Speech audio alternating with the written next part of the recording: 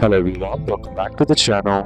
Hope you are doing well and fine. And in today's video, I'll be showing you YouTrip how to exchange currency from app. So without wasting any time, let's just jump right on the video and make sure to watch this video till the end and follow the steps as well. In order to exchange currency in the YouTrip app, the first thing that you need to do is simply head over and open up your YouTrip application. Then once inside, log in with your mobile number or your user ID. And once logged into your account, the next thing is on your home screen, you'll find an option that says exchange right here. Simply tap on that. And once you tap on that, here what you need to do is pick the currency pair you want to convert, example SGD to USD or SGD to EUR. You will see the live exchange rate instantly, then tap on next. Now once that's done, simply enter the amount you want to exchange, confirm the exchange by usually tapping next and swiping to confirm, and your new balance will appear in the respective currency wallet. Once exchanged, you can spend that foreign currency directly with your YouTrip card